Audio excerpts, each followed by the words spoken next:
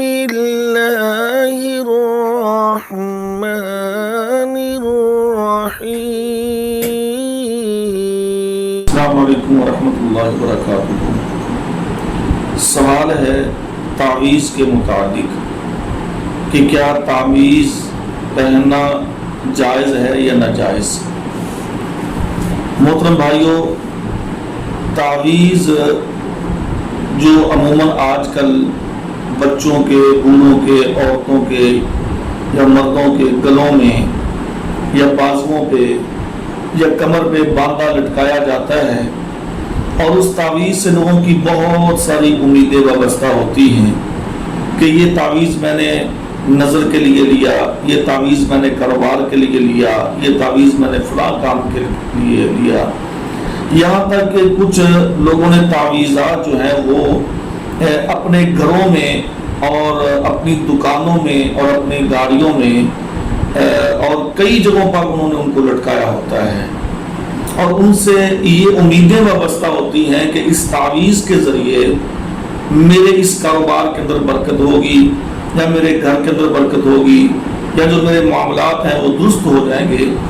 تو یاد رکھیے، کسی قسم کا بھی تعویذ لٹکانا، پہننا اور اس کو اپنے پاس رکھنا بطور برکت، تبرک، کاروبار کے لیے، بیماری کے لیے، شفا کے لیے، یا کوئی لڑائی جھگڑے ہو جاتے ہیں ان کے لیے، تو کسی قسم کا بھی تعویذ پہننا، لٹکانا، رکھنا یہ حرام ہے، یہ شرک ہے. رسول اللہ صلی اللہ علیہ وسلم نے فرمایا، صحیح بخاری کی حدیث ہے، آپ نے فرمایا کہ من تعلق تمیمۃ فقد اشرک، کہ جس نے تعویذ لٹکایا اس نے شرک کیا. اور اسی طرح ایک اور حدیث ہے، مسند احمد حدیث نمبر 311 ہے اور جلد نمبر 6 ہے. اسی طریقے سے مستدرک حاکم کی حدیث نمبر 216 ہے، جلد نمبر 3 ہے. اس میں بھی پیارے پیغمبر صلی اللہ علیہ وسلم نے یہی فرمایا کہ من علق شیئا وکل الیہ، کہ جو شخص کوئی چیز، علق کہتے ہیں لٹکانا، جو شخص کوئی چیز لٹکاتا ہے وہ اسی کے حوالے کر دیا جاتا ہے. یعنی اللہ رب العالمین پھر کہتا ہے کہ بس اب تو اسی سے ہی اپنی وہ شفا یا اپنا معاملہ تو اسی سے مانگ. تو یعنی اللہ تبارک و تعالیٰ اس چیز کو ناپسند سمجھتے ہیں. دیکھیں میرے بھائیوں، بیماری ہے، کوئی مسئلہ ہے، تکلیف ہے، مرض ہے، تو یہ کوئی نئی چیز تو نہیں ہے. کہ جب سے اللہ تعالیٰ نے انسانیت کو پیدا کیا ہے تو اسی وقت سے ہی یہ ساری چیزیں انسان کے ساتھ ساتھ ہیں. بیماریاں بھی آتی ہیں، تکالیف بھی آتی ہیں، مصائب بھی آتے ہیں، پریشانیاں بھی آتی ہیں، لیکن کسی بھی شخص نے رسول اللہ صلی اللہ علیہ وسلم کے زمانے میں، یعنی کسی بھی صحابی نے یہ عمل نہیں کیا. اور نہ پیارے پیغمبر صلی اللہ علیہ وسلم نے یہ کہا بھی تو چل تیرا فلاں مسئلہ ہے، چل تو یہ تعویذ تجھ کو میں لکھ کے دیتا ہوں، تو تعویذ گلے میں جا کے باندھ لینا.